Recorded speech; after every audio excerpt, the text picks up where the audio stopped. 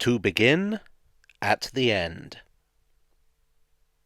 Sorry, that was needlessly portentous. Let me start again.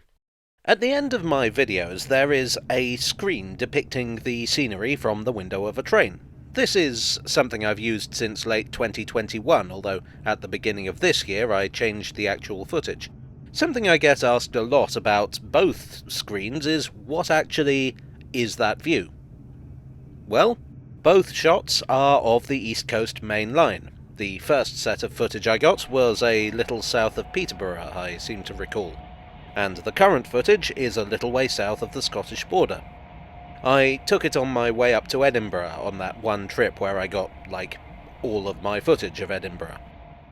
The East Coast Main Line is one of my favourite train journeys, and in fact most of the footage you're seeing in today's video is from various points along the journey. One of the reasons trains are my favourite way to travel is that there's so much to see. On a long journey there's so much variety, you pass through so many towns and cities. You see so many different landmarks and landscapes. And it's also just very relaxing. That's why I so often use footage from train windows as B-roll.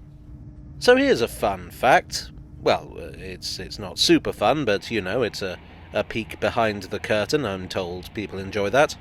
I categorise my footage of train journeys by the company that built the line. What that means is that when I'm talking about a particular railway company, I can use their line specifically as B-roll.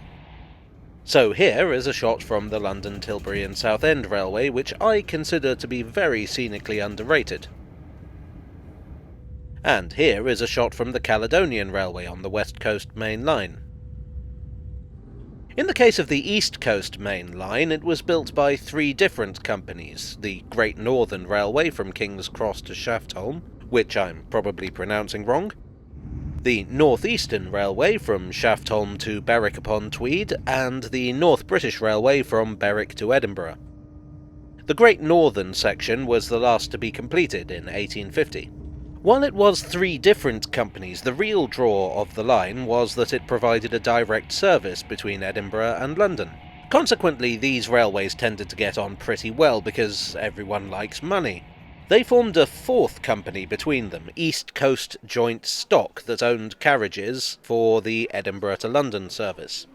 This led to a train that was officially called the Special Scotch Express, but would soon gain the nickname of the Flying Scotsman. The Great Northern's locomotives hauled trains from London to York, then the North Easterns would take the train the rest of the way. In 1923, all four of these companies were amalgamated into the London and North Eastern Railway, and in 1924 the Special Scotch Express was officially renamed the Flying Scotsman. Incidentally, the train Flying Scotsman should not be confused with the locomotive Flying Scotsman, although the locomotive Flying Scotsman did haul the train Flying Scotsman. Speaking of, the London and North Eastern Railway's chief mechanical engineer, Sir Nigel Gresley, gave them a fleet of increasingly advanced locomotives capable of covering the distance without stopping or refuelling. Flying Scotsman was an A1, the first of these classes.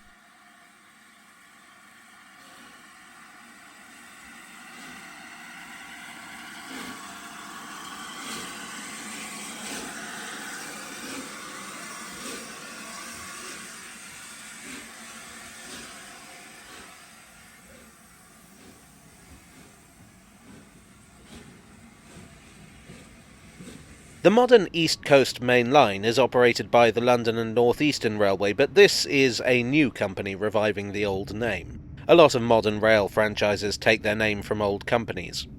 An optimist would say that it's a reminder of the greatness of the railways of the past and something to live up to.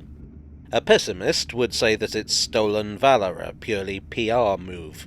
However you see it, it's possible to relive the journey of the 1850s, even if the experience isn't quite the same.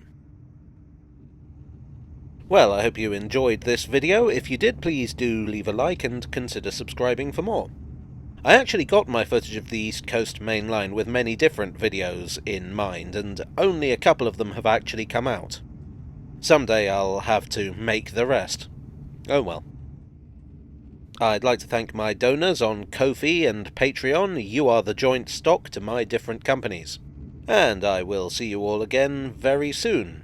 Cheerio.